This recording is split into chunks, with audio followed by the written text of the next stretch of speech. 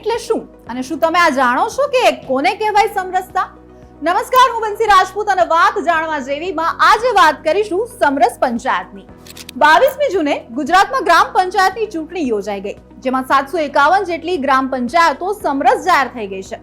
સાથે સાથે આઝાદીના આટલા વર્ષો બાદ આ વખતે ફરી એકવાર બેલેટ પેપરથી મતદાન યોજાયું। 14,231 પોલીસ કર્મીઓની ચુસ્ત સુરક્ષા વ્યવસ્થા સાથે 239 જેટલા સ્થળોએ 1080 વોર્ડની મત ગણતરી યોજાઈ, જેમાં કુલ 13,444 કર્મચારીઓએ અને 3,431 જેટલા વર્ગ 4ના કર્મચારીઓએ મત ગણતરી પ્રક્રિયામાં ભાગ લીધો।